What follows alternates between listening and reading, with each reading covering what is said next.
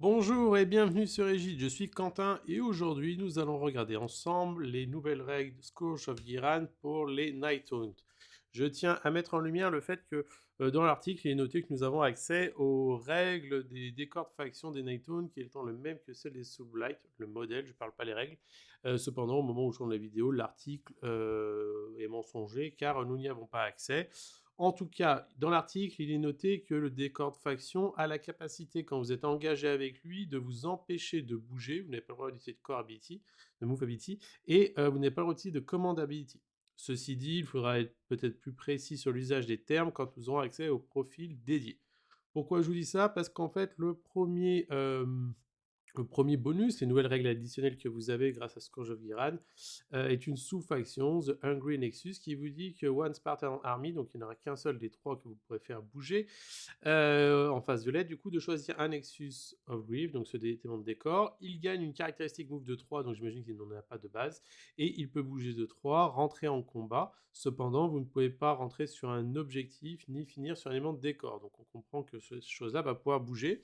Ce qui est très intéressant, c'est vu que ça se fait en phase violette, vous pouvez éventuellement deny des tactiques de bataille si jamais votre adversaire avait prévu de faire quelque chose avec, engager un ennemi sachant qu'il ne peut pas avoir d'ordre, il ne pourra plus bouger au tour d'après, et ainsi de suite, ainsi de suite. Donc ça a l'air d'être quand même quelque chose de très technique que je trouve très intéressant pour une armée de Nightone qui avait peut-être besoin un peu de tricks de mouvement comme ça additionnels.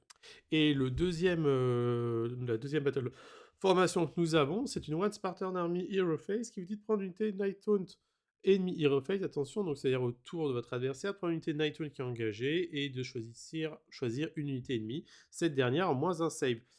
Très intéressant car Nighthaunt, on connaît tous la force de l'armée, entre guillemets, qui est de vous charger, vous mettre des malus de touche, de sauvegarde. Et là, du coup, au tour adverse, le Nighthaunt peut avoir du mal à répondre parce qu'il va se retrouver sans ses bonus. Il a ses bonus qu'à son tour. Là, de pouvoir débuffer la sauvegarde de votre adversaire, c'est quelque chose que je trouve quand même très pertinent, sachant que c'est juste le mot-clé Nighthaunt. Donc, vous pourrez toujours mettre votre adversaire en moins un save, quelque chose qui finalement, mathématiquement, vous donne un avantage régulier. Je ne connais pas la force encore du Nexus of Grief, mais je pense que les deux vont trouver cette place dans les joueurs Nighthaunt et casser un peu la monotonité, j'en sais rien, de la faction juste course et charge. Alors, pour continuer, nous avons le droit aussi à 3 nouveaux artefacts. Donc, le premier, le Staff of Suffering, vous dit on vous dit que le porteur de cet artefact, quand il est à 12 pouces d'une unité ennemie qui a pris des dommages ou qui a eu un modèle qui a été slain, vous ajoutez 1 au jet de lancement des sorts pour les unités Nighthaunt entièrement à 12 du porteur. Donc, on va principalement donner ça, je pense, à un Guardian of Soul qui est déjà sorcier, comme ça il aura plus 1, et vous pourrez donner plus 1 à vos autres sorciers. Vous avez quand même des bons sorciers en Nighthaunt, cependant aucun n'a de bonus au lancement à part Nagash, donc ça reste quand même un très très bon artefact si vous souhaitez vous construire votre liste autour de plusieurs magiciens. À savoir que les Nighthaunt vont bientôt hériter de comment ça s'appelle, donc de votre décor de faction, que vous avez vos Endless Spells qui sont quand même très pertinents, et peut-être qu'avec le nouveau livre d'armée qui va arriver, un autre domaine de sort, et ainsi de suite, et ainsi de suite, et les manifestations vont peut-être aussi évoluer. Donc un bon ajout pour la saison à venir. Le deuxième, donc, c'est Amulet of Waking Nightmare qui vous dit de prendre à votre phase de héros seulement un héros ennemi à 18 pouces et sur un 3+, donc ça c'est le petit côté un peu chiant, on n'aime pas trop le 3+, vous supprimez la règle Guardian Hero ou les abilities Obscuring de terrain. Donc, entre guillemets, en faisant ça, vous permettez à votre grosse unité d'archers de pouvoir tirer facilement sur l'unité adverse. Je dis ça, c'est un peu une blague dans le sens où vous n'avez pas non plus des unités d'archers extrêmement performantes, hein, vous ne jouez pas Luminette ou Stormcast, donc je trouve un petit peu suspect cet artefact, à moins que ils viennent accompagner du coup le livre de règles, Battle Tome des Nighthaunt, et que les archers deviennent extrêmement performants, ce qui est fort possible, hein. On sait que Games aime beaucoup rendre faible ce qui est fort et fort ce qui est faible. Donc aujourd'hui, je le trouve anecdotique, mais peut-être qu'avec le nouveau livre d'armée, il sera beaucoup plus intéressant à jouer. Et le dernier, vous avez un porteur, hein, vous allez comprendre tout de suite, qui vous dit que vous ajoutez 1 à la caractéristique d'attaque des armes de mêlée pour chaque terrain non faction, donc les terrains de faction ne comptent pas, que vous contestez pour par des unités alliées. Donc on vous demande juste de contester, même pas de contrôler, pour un maximum de 8. Donc vous pourrez gagner jusqu'à 8 attaques. Bah, le bourreau étant un très très bon porteur de ça. Avoir un artefact comme ça sur un modèle aussi puissant, je pense que ça va se laisser réfléchir. Aujourd'hui, nous savons que les décors, nous n'avons pas non plus des masses sur le champ de bataille. Cependant, nous avons pu voir qu'avec l'architecture des nouveautés de Scourge of Sghiran, bah, les prochains, en tout cas les prochaines terrains, semblent porter plus de terrain, vu que plus de tactiques de bataille, a priori, sont engagées à ce niveau-là. Donc, je trouve cet artefact très très intéressant. Si on fait le constat, nous en avons un basé sur le tir qui aujourd'hui je trouve anecdotique. Dites-moi en commentaire ce que vous en pensez. En tout cas, un autre basé sur la magie qui est très important et un autre basé sur le combat. Donc, trois occurrences pour trois architectures différentes de liste. Je trouve ça très très intéressant. Des bonus très pertinents pour les Night Hunt. Alors, on continue maintenant avec les profils. Donc les profils, nous avons deux profils modifiés, Kurdos et le Black Coach. Kurdos ne bouge pas en points, son profil ne bouge quasiment pas, 7 PV, 8 de move, save à 4 éthéré, ward à 6, OC de 5.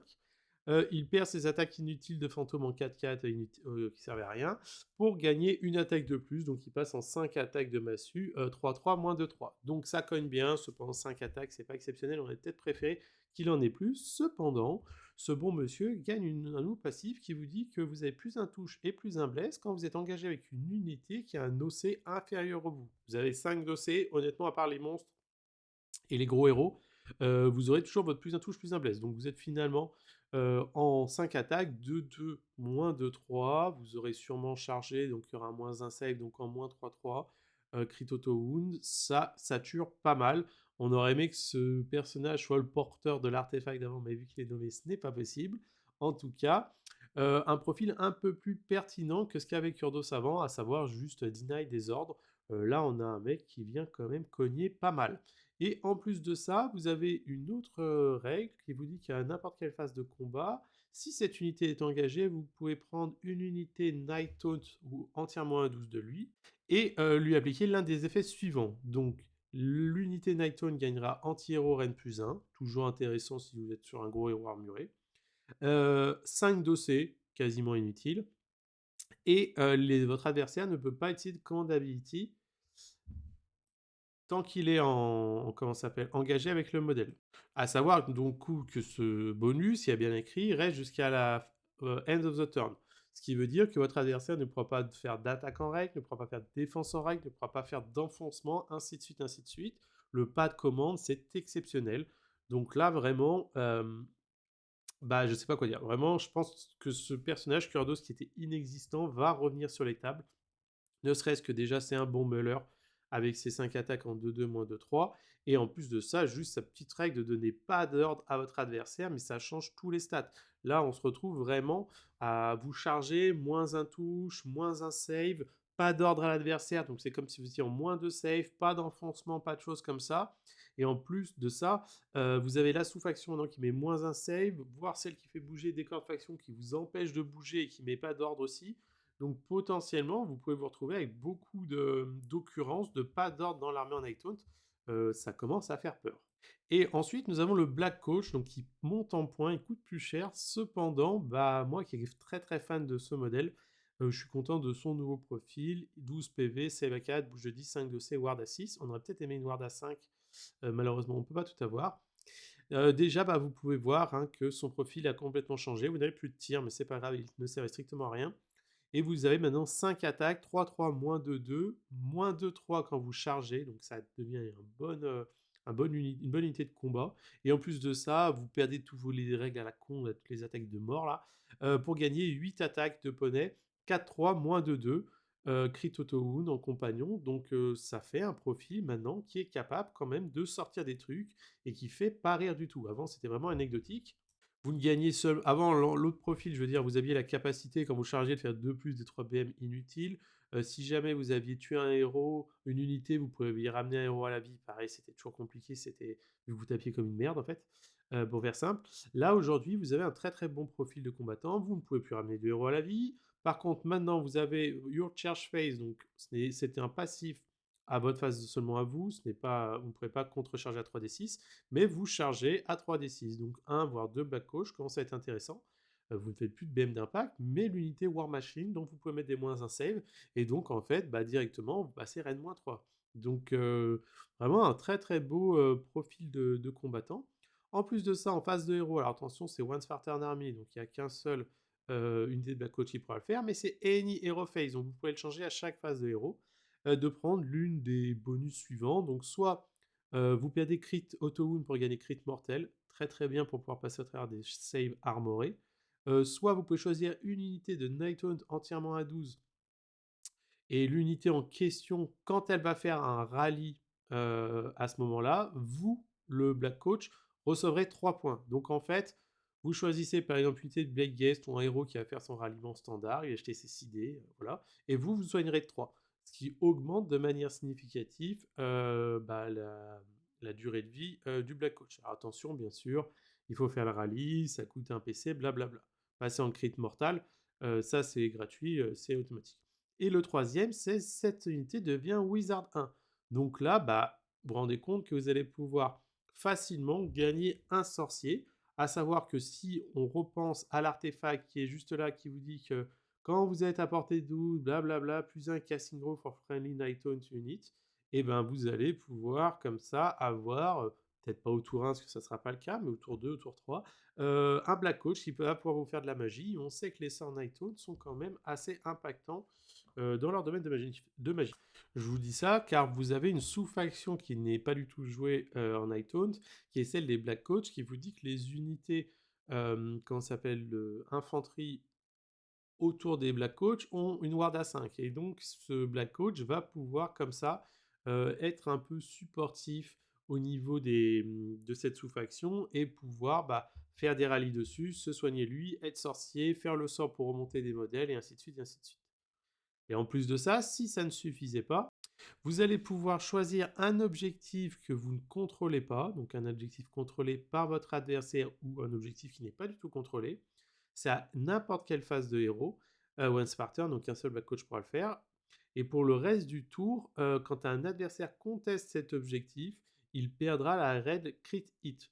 Donc, pas de blessure mortelle sur du 6, pas de auto-wound sur du 6, ou ainsi de suite, ou ainsi de suite. Donc, c'est un très très bon debuff. On commence à se rendre compte que là, entre les moins un save, moins un touche, les pas de hit, en fait, Nighthaunt déteste, on va dire, tout ce qui est les crits mortels sur du 6, ce genre de choses-là. Là, il n'y en a pas. Les crits auto-wound aussi de saturation, là, il n'y en a pas. Donc aujourd'hui, même si le Black Coach a remonté en points, je ne serais pas surpris de voir ce dernier beaucoup plus présent sur les tables, ce qui va me rendre très heureuse que je trouve la figurine magnifique et que le War Scroll était vraiment à chier. Donc au global, un très bon up pour les Nighthaunt qui avaient eu une magnifique heure de gloire au début de la B4 avec course et charge sur toute l'armée, toutes ces choses-là, qu'aujourd'hui on voit beaucoup beaucoup moins sur les tables. Et je pense que beaucoup de joueurs vont commencer à réfléchir à ceci cumulé au fait que, bien sûr, Source of Giran nous amènera le nouveau GHB avec des tactiques de bataille différentes et une nouvelle façon de revoir le jeu que je trouve pour le moment très très intéressante.